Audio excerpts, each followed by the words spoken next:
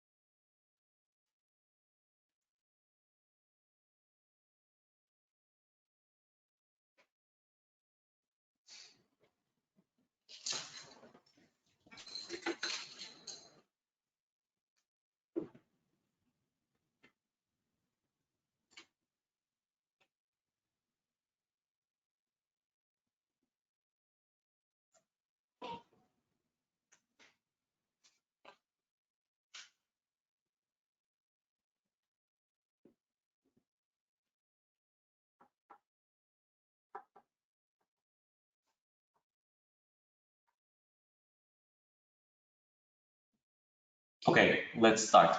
Hello, everyone. Good morning, good afternoon. So today we're going to cover new EN17141 norm, which is about biocontamination control. We will be conducting on microbiology in clean rooms and controlled environments. Before we start, if you have any questions, feel free to use this chat box and questions session on your right or left side. Or if you are using an online version of GoToWebinar, still you can find this on the toolbox. So you can type your questions in anytime you want. So I'll be also monitoring this part. So if there's any questions that we can answer during the session, we'll do. If not, I'm going to do it end of the session. If you don't have enough time, don't worry. I'm going to get back to you all of these questions right after this event. So let's start. My name is Haşim Solmaz, and I'm responsible for EMEA operations at Lighthouse Worldwide Solutions. And I have different heads in different organizations worldwide, but most of them are related to clean rooms and controlled environments. And I'm also participating member for the international organization, which is under ISO, Technical Committee 209, which were responsible for writing clean room standards. Today's webinar content will be about EN norm. I'm especially saying norm, not a standard, because this is a European norm, and 17141. The reason we conducted this webinar is because this EN norm is quite new, and also will enlighten our future in terms of ISO standard. I'm going to come later to this part, but today we will be making an establishment and demonstration of environmental microbiological control parameters and the microbiological measurement methods and the guidance for life science, pharmaceutical and biopharmaceutical. Especially, I also added a medical device part. Reason I'm adding this medical device part is to show you how this norm is enhancing our quality in a different applications. If you have this norm already, you will be notified that there is a special sessions for hospitals and the food and beverage industry as well. I'm not going to cover them today, but keep in mind, most of them are plus minus the same construction. So if you are in different industries, feel free to type in your questions. And one important part as a definition is a validation of air samplers. So in order to validate these air samplers, what we should do and what the manufacturers should do, and what are the difference between this validation other than having IQ and OQ protocols. Then of course, question and answer session. Okay, first part will be we'll be talking about the norm itself, the scope, relationship with ISO 14698, which is an international standard withdrawn from various countries, especially from the ISO perspective. And what are the relationship between this norm and the international ISO standard, and what's waiting for us in the future. First of all, this norm published in 2020, quite new, and prepared by the technical committee, SAN TC243, which is clean technology, the secretariat under British Standard Institute, Standardization Institute. And the document indicates a number of informative annexes. As you all know, if the norm or the standard is giving us information in an informative annex, this means that's not the norm itself. It's just giving a detailed information. If it's a normative annex, which means if you are following up this standard or a norm itself, then you have to obey these rules. So it is most likely a guidance in terms of application of microbiological contamination sampling. So the further guidance of biocontamination control in specific application. Reason I'm saying specific, it's not limited with pharma. As we said, this can also cover the medical devices, hospitals, food and beverage industry as well. So the scope of this norm here established the requirement and recommendation of methodology for microbiological contamination control. So we can say this established a plan. Then in clause number 4, you can find this establishment in terms of microbiological contamination. Then implementation and operational activities also covered from clause number 4 to 5. Then monitor and review. Whatever you do, you have to double check and make a summary of this information, which is under clause number 5 and 6. To maintain and improve your activities, which is your reaction, is under 4 and 5 again. That's why the section 4 and 5, maintaining and implementation of your monitoring plan, microbiological monitoring plan, will be the main subject for today's webinar. This European standard supersedes the ISO EN14698, not the complete ISO 14698, the EN version of this ISO standard. And however, still EN17141, mostly based on ISO 14698, because expectation is not only covering the European regulations, also for the future, this will be the baseline for the future ISO regulations. That's why there is no conflicts with any regulation and standard.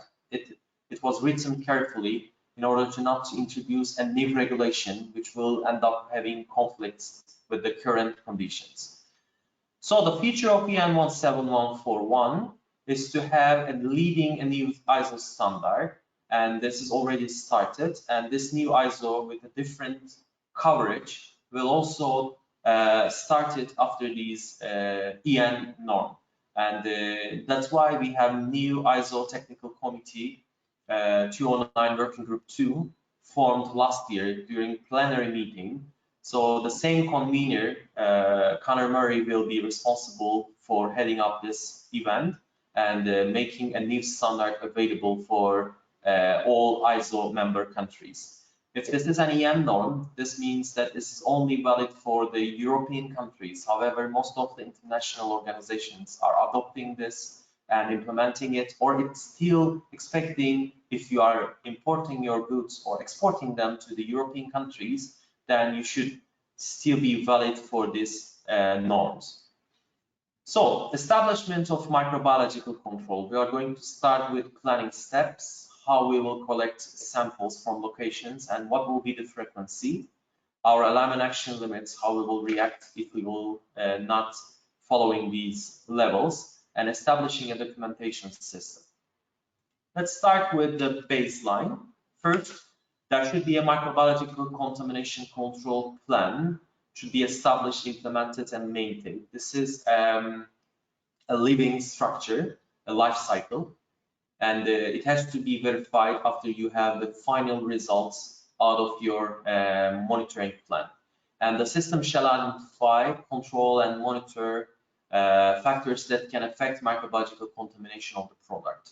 And of course, all the outputs that you are getting from the system, as well as the monitoring plan, has to be documented. That's the general summary of entire scope. Our steps for establishing a microbiological control is defined in this norm as: first, identify them. Second, it should be based on risk assessment. So make an assessment of your risk Take your notes, verify all locations, use a suitable risk methods like HACCP, FMEA, or fishbone analysis, and the establishment of a monitoring schedule is important.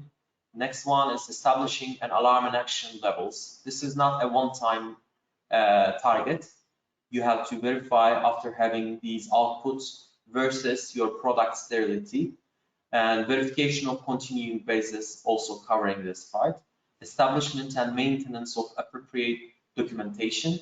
The final is education of a staff, training of a staff who are responsible to collect all these microbiological data, as well as verify them throughout the protocol. When we came into the risk assessment part, these are the important factors that we need to control. First of all, clean controlled environment application. For example, pharmaceutical, medical device, food, cosmetics, or microbiological species. This can be a survival possibilities, associated toxins related to these species, and the potential for causing microbiological contamination of the product or harm to the intended recipient. For example, if you are spoilage of product prior to the end of shelf life in food industry, for example, and product form, if it contains any preservatives or potential growth to substrates that may prevent growth, if you are using an intended product target population, this could be the infants or immunocompromised recipients, which are a high-risk patients. So you have to know all these details before conducting a risk assessment. Sources of contamination. Of course, the prime source are still people, the highly, especially the major source of contamination, not only microbiological, also for the particle levels. And the supply air system, HVAC system, recirculated or fresh air, whatever you are providing into the production line. Product materials itself, solid or liquid form, containers or packaging, and the utilities, compressed air, nitrogen, propane, oxygen, water for injection. They are all utilities that you have to verify as a source of contamination. Machines, of course, all the process and packaging equipments, the primary packaging infrastructure, sterile or non-sterile. Still, the machines are primary sources. Saturated sources, they are the secondary levels. But when you take a look at the first level, the prime sources, you're also covering all the saturated sources. For example, if you are covering the machine itself, of course, the surface of each machine or contact parts of this machine is also a controlled environment. Routes of transfer for microbiological contamination. This number one is airborne deposition. If there is a particles which can be subsidiary for the microbiological activities, these are all under airborne deposition. Surface contact, if the material or the human interface with the surface can be a high risk for microbiological contamination. All the liquid sources also listed under routes of transfer for microbiology. So when you conduct a risk assessment, you have to verify every single step here as a route of transfer. If your product or process has a specific routes of transfers other than listed here, it has to be included. These are all taken from the EN norm and listed here, but you can also consider other routes of transfer for your production specific conditions. So locations, it has to be under risk assessment based on a degree of risk. Reason we are saying here, as you can see, there are a list of locations that you need to control. For example, personal going and material transfers, product pass-through hatches. Consider materials and personnel that are moving. However, if you are adding more locations, you're also increasing more risk.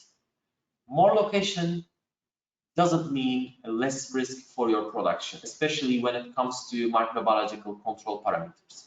Reason is, first of all, when you are taking a sample from each location, you are interfering your infrastructure. Maybe there is no risk for the product itself, but you are introducing other risks due to your personal or your contact plate or moving into touching into these surfaces. So you are increasing your risk. That's why more location doesn't mean risk less. Less risk means proper planning, implementation, and control parameters in your infrastructure. So instead of increasing locations to be sampled, you have to focus on your risk parameters and degree of risk for each location. Again, the frequency of sampling will be controlled by the degree of risk, because adding up more frequent sampling, also making more touch into the surface, more interfere to the production line. That's why it has to be related to degree of risk.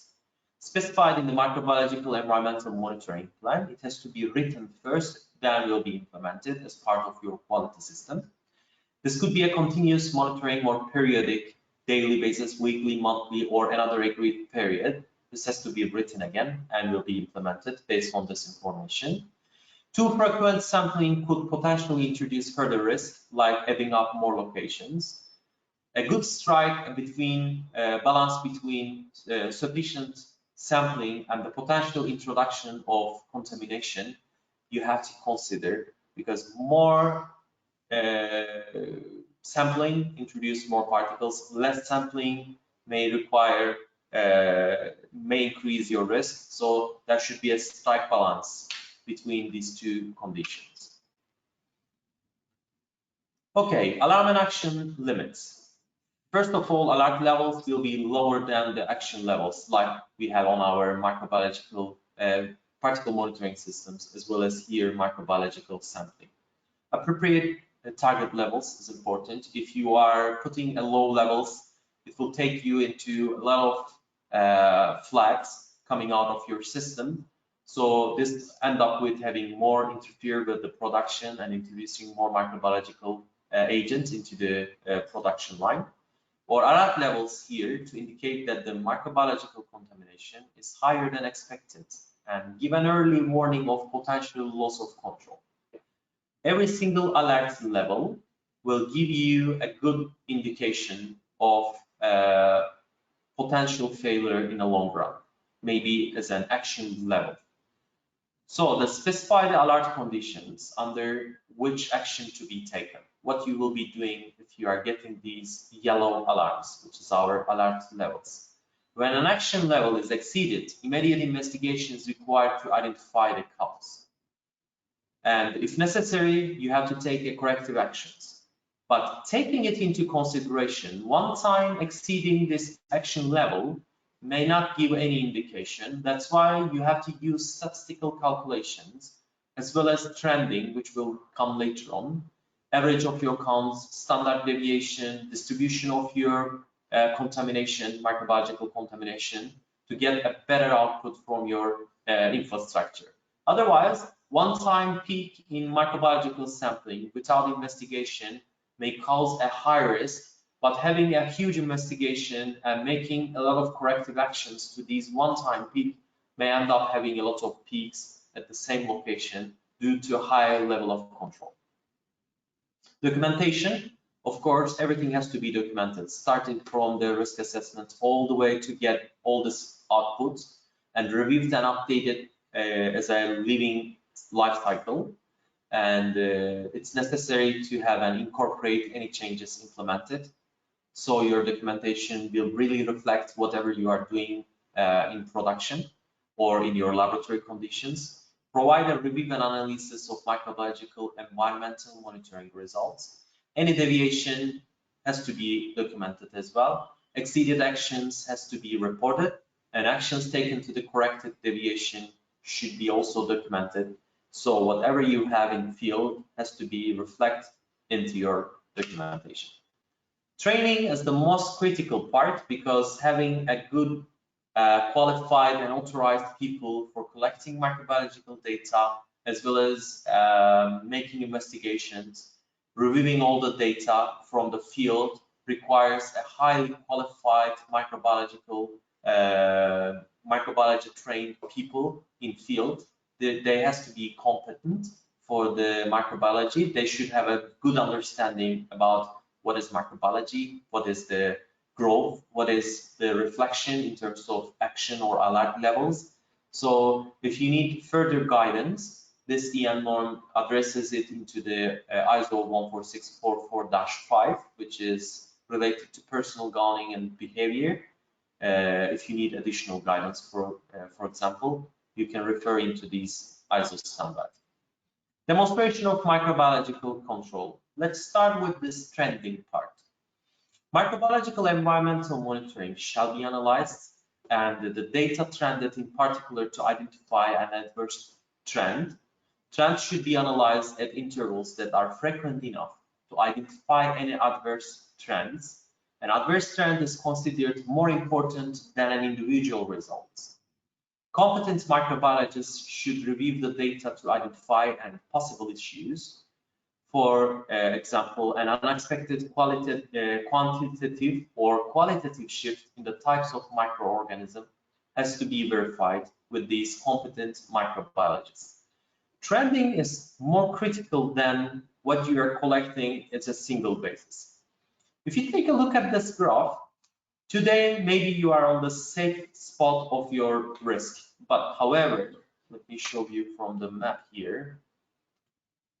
However, when you have these trendings going high, this has to be investigated. The reason here, sooner or later, you might exceed the limits or something changed on your conditions. So you have to verify this information other than waiting to see the first red flag on top of your production. That's why trending and trend analysis with a good statistical calculation is the critical part of your production. Here, the verification. The result of microbiological environmental monitoring shall be examined periodically, and original limits may change after review of your current conditions. Maybe you can lower the limits in order to keep yourself in the safe side in the long run. It doesn't mean that if you're always within the limits, it doesn't mean that you don't have to do any corrective actions. Maybe you are seeing the trend is going high in a daily basis or in some particular locations. So you have to take precautions for the specific locations. And if verification indicates any deviation from the established limits or change, you have to take a corrective actions for these locations. Out of specs, these are important parameters to capture all these out of specs.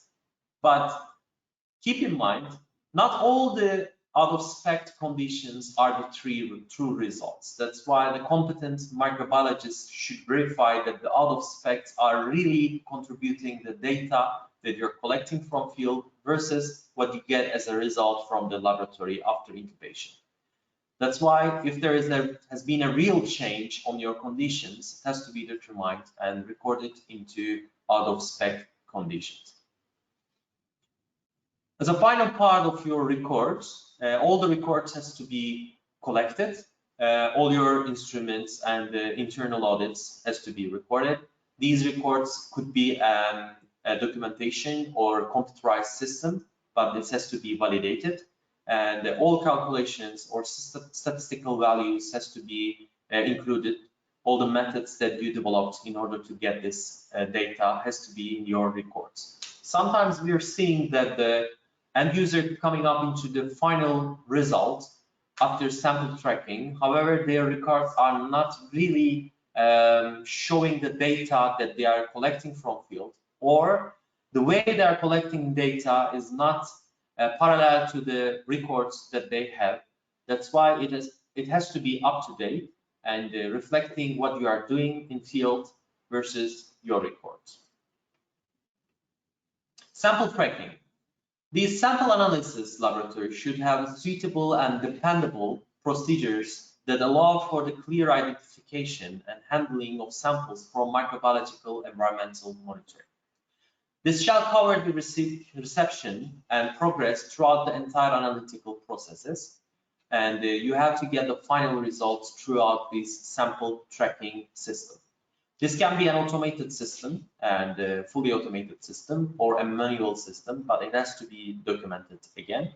And the correct identification with original monitoring location has to be defined.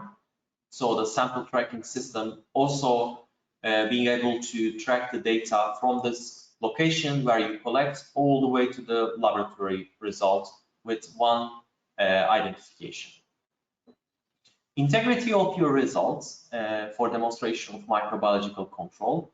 There are steps to avoid collection of false results. One is your application. Another is your identification of application-specific parameters, data collection locations, limit of detection of and sensitivity of test measurement systems, and the data collection points. Here for the data recording, all the data should come into the final location with the raw data, info held with this record, identification, as well as location of laboratory documents or a computerized records. If you are using workbooks, worksheet, or a computer, it has to be recorded within the same database. Procedures to be followed, for example, all recording, checking, correction, signage, counter signage of observations, calculation, and reports. Recommendation for consistent interpretation, and specific legal or regulatory requirement has to be recorded along with this data. Most of the data comes with just a colony forming unit numbers. However, if you are collecting data from field, it has to come with all these specific parameters. So if there is any deviation after statistical calculation or directly from one specific location, it should be analyzed with all these data recorded into the same path. Evaluation of your data. For each evaluation, a test procedure is required that describes the approach taken to develop the test method and the statistical techniques using to verify the test procedure. The agreed test procedure should be verified, and the risk shall be quantified and reduced to an acceptable level. And interpretation and evaluation of results should be based on more than one statistical method, and they have to be recorded. Reason we have interpretation and evaluation through the statistical value is because maybe you are getting one single high counts in one which can be neglectable or due to error on your laboratory infrastructure. However, if you have a statistical method along with the trending, this will give you a right indication so that data evaluation should include at least one, but the best approach is having more than one statistical methods. Trend analysis again. So again, single sample is not often more significant than having a trend analysis. Graphic representation is critical to identify the trends into our system. Control chart methods may be applied to provide an objective and statistically valid means so that you can verify all this information. Next one is microbiological measurement methods, which methods you are going to use to be sample and volumetric air samples and the culture media and incubation processes with an incubator. These are listed under microbiological measurement method section of EN17141. First of all, choose of sampling methods. The sampling method selected shall be appropriate for the clean controlled environments to be monitored and shall take into consideration the following according to these EN norm. A, time and duration of the clean controlled environment activities. B, accessibility in the clean controlled environment for sampling device. C, effect of the sampling device on the process of or equipment to be monitored. D, efficiency and precision of the sampling method, which will be validated throughout the device. I'm going to conduct it later on. But here, I would like to add one thing into section B, accessibility of the sampling device. This is not limited with changing your Petri dishes for active sampling, for example, or putting these positive Petri dishes into the production line. You have to verify how you will take these Petri into the device before your production and how you will be changing them frequently without adding more risk into your production line.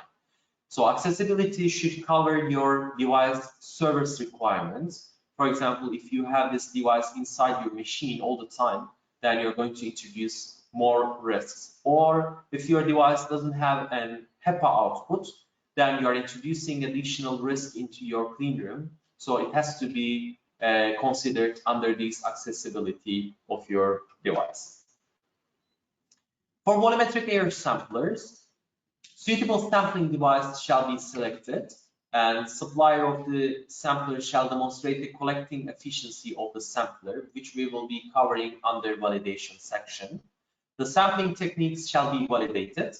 The volumetric airflow of the sampler shall be calibrated periodically, so that you will be verified this information collected from device is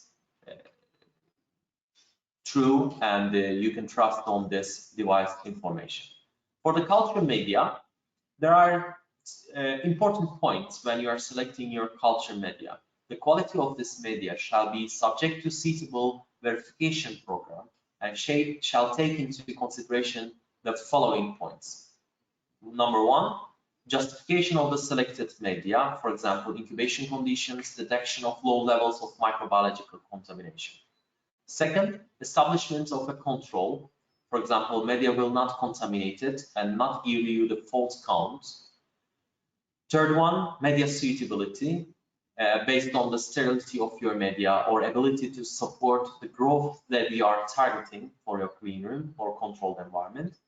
Use of neutralizers, especially disinfectant residues on the surface, does not supersede the growth of your microbiological activity on your sampling surface. Validation of the media used. You have to validate the duration of sampling. If you're taking, let's say, 36 minutes up to 4 hours, if there's a dehydration or due to airflow, or if this device or the sampling head impactor is not suitable for this, it has to be validated. Ability of the media to be detected, fungi as well as bacteria, has to be considered with this culture media. For incubators, the incubator shall be appropriately qualified before use and operation.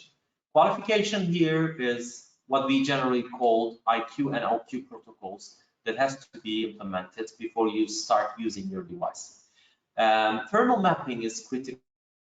If you are using a large incubator, you have to verify that the temperature is equal in every location and can be maintained throughout the incubation period.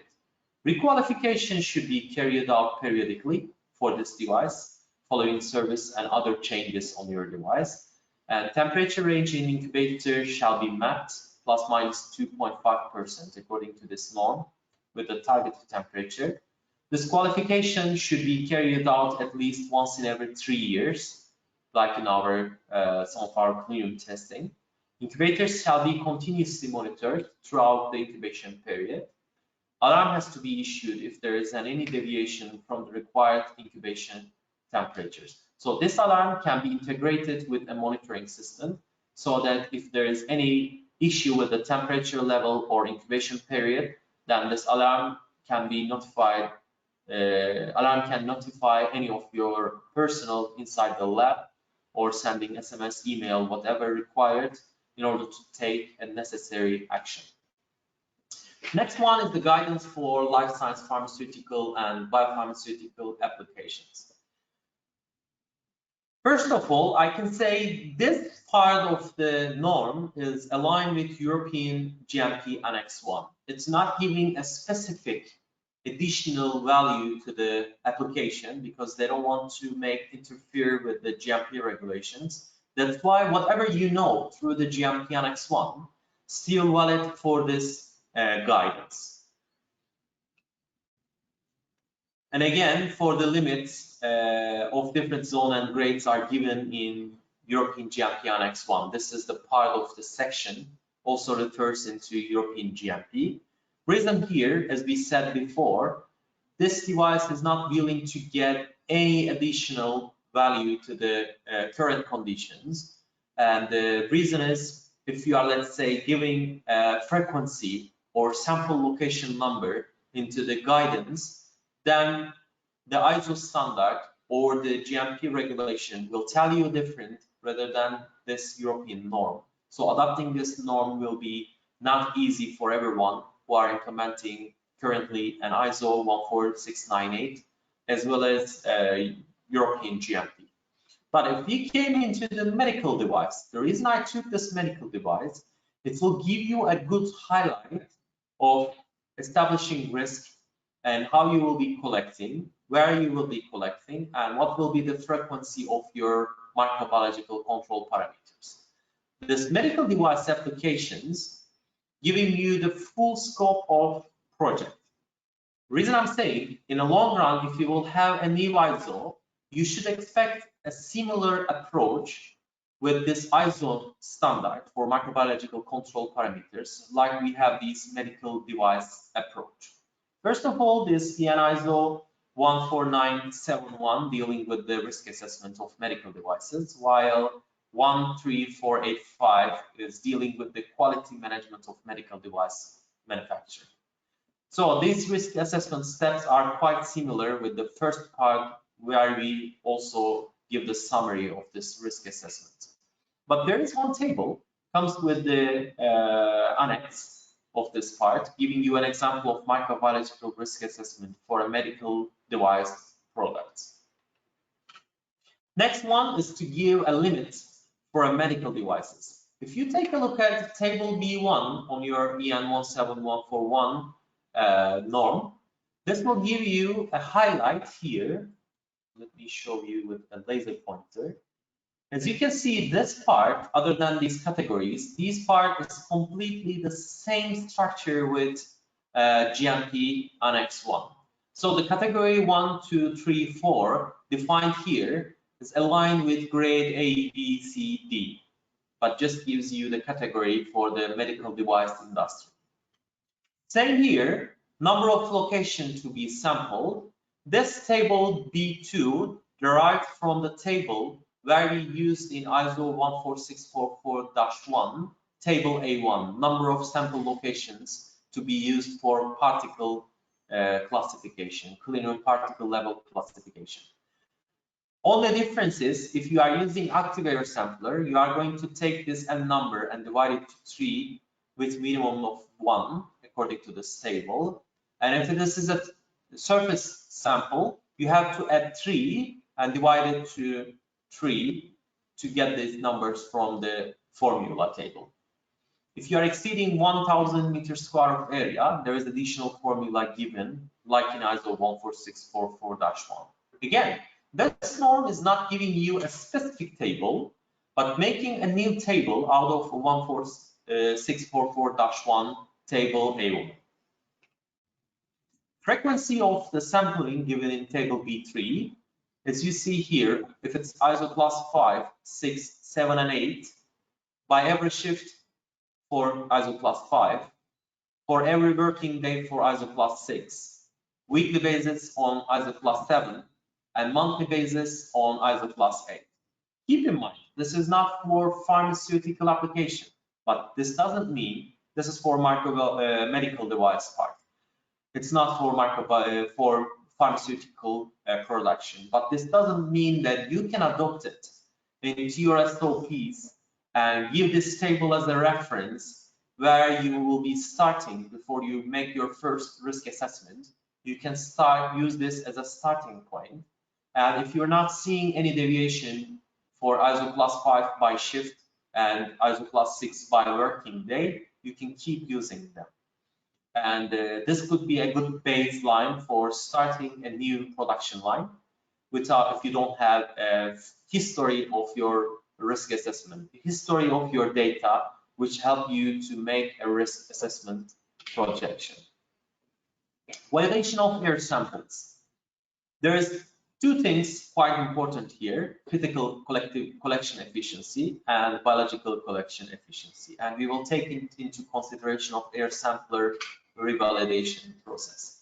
First of all, validation of air sampler. Whoever sees this into the standard thinks that this is an IQ/OQ validation. In fact, it is not just an IQ and OQ validation.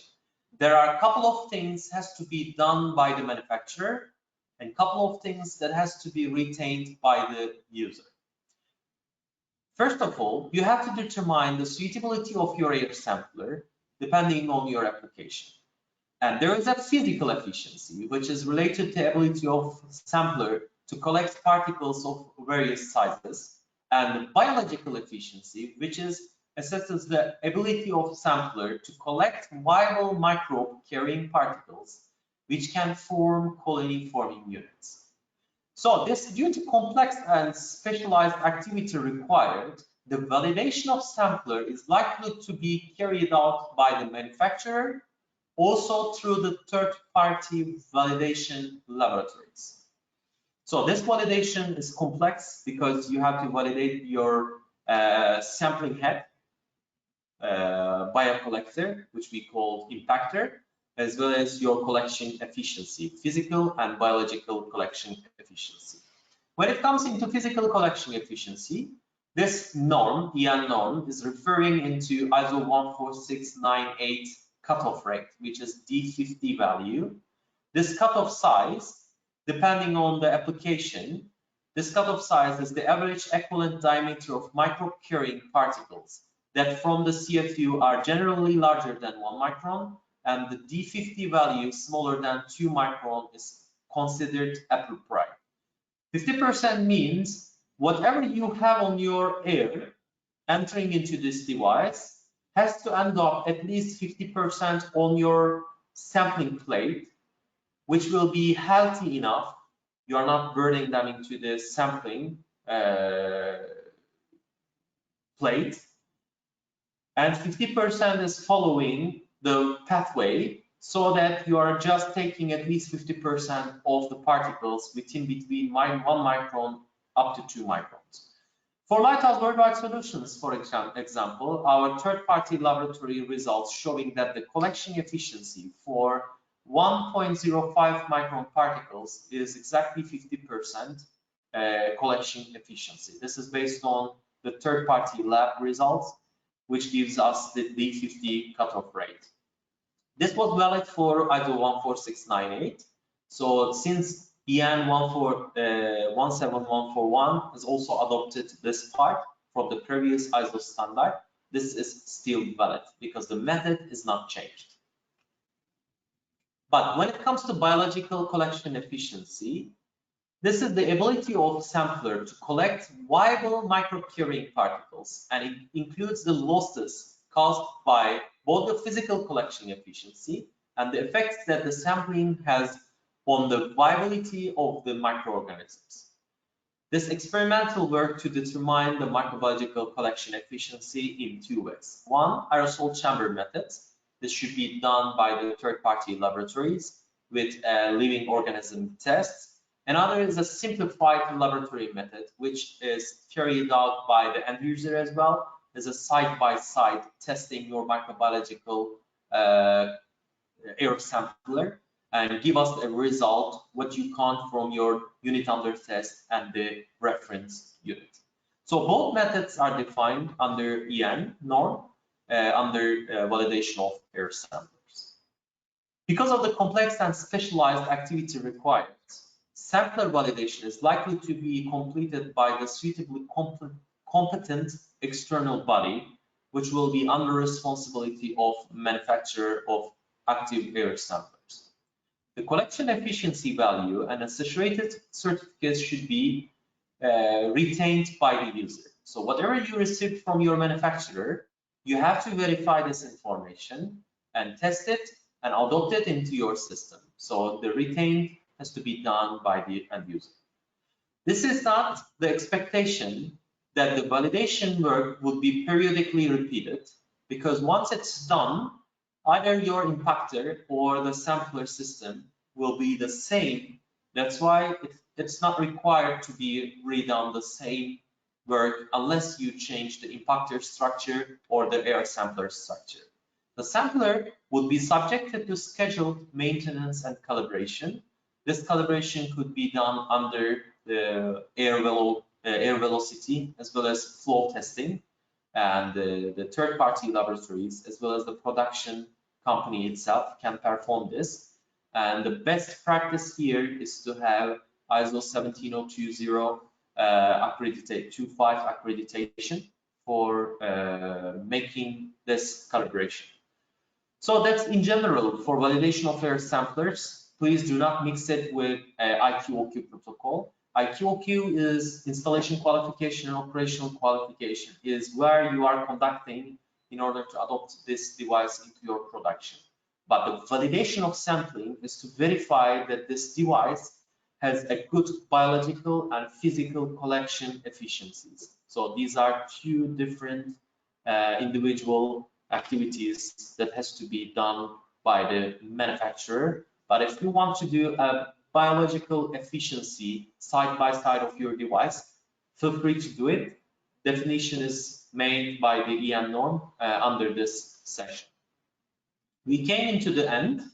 I'd love to check if we have questions here. I can see a couple of questions. Okay, will you be able to share? Okay. Technically, in general, we have these technical questions. Okay, good.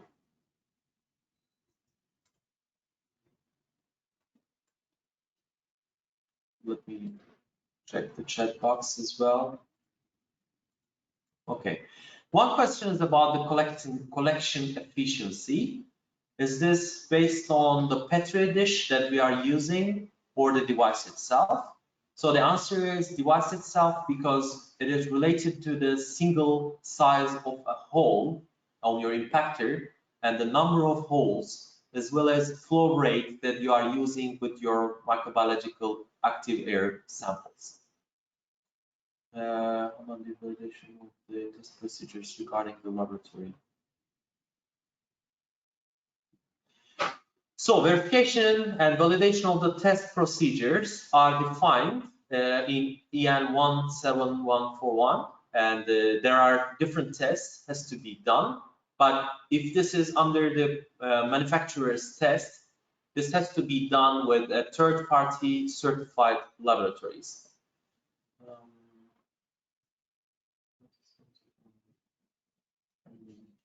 Rise the action level. Okay.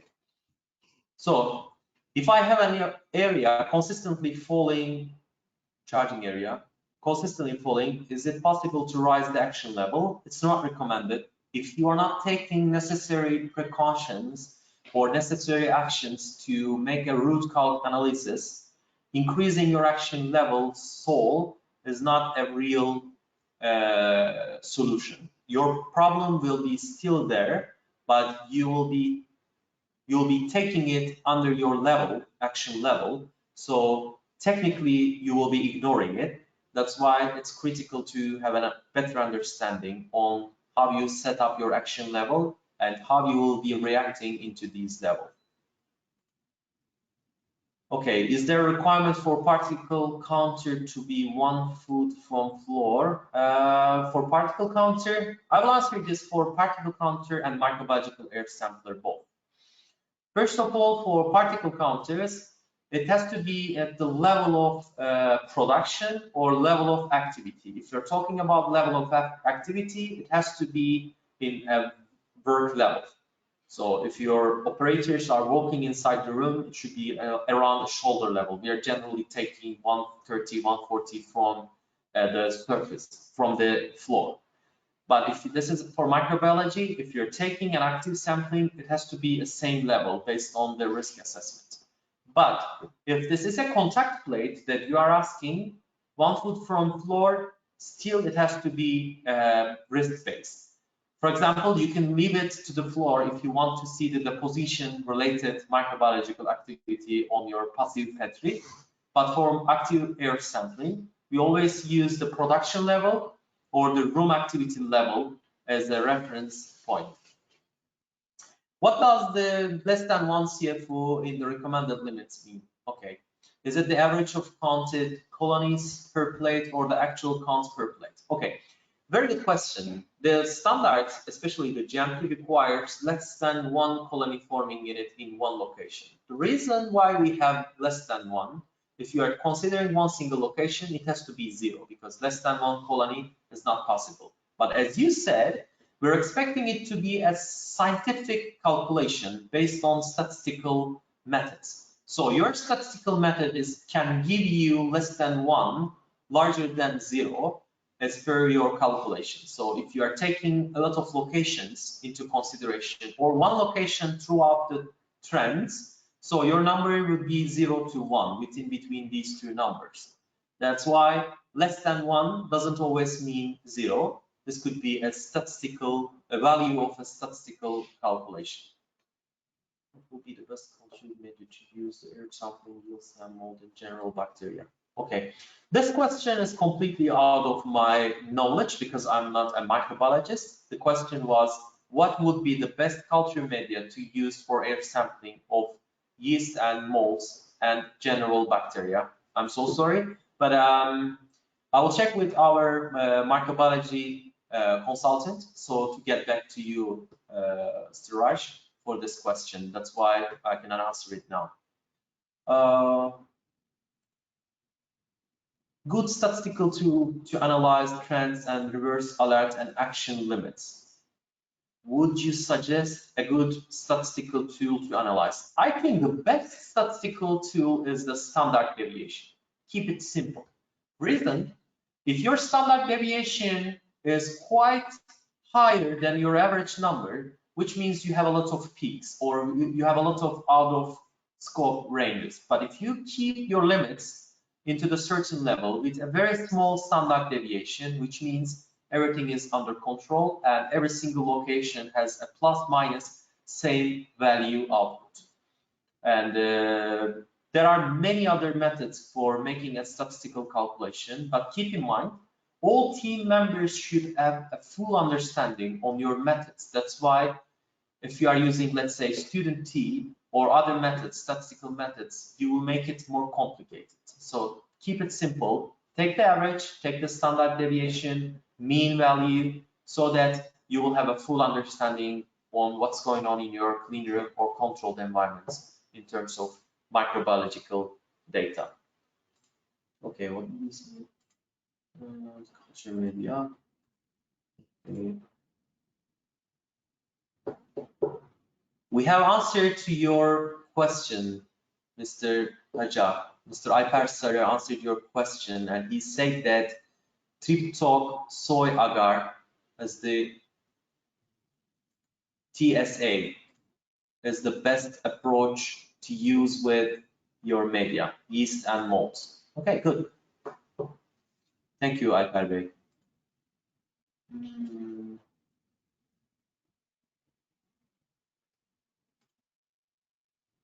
Any other questions? I'm not able to see additional questions here. So we came to end. If you have other questions, you have my email here. I have my email on my presentation. Thank you very much for your time. I think we came to the end. If you have other questions, type them in. We can be in touch in LinkedIn, and you can also send your questions in. Thank you very much for your time. Hopefully we will see you on our next webinar. Thank you. Have a great day. Bye-bye.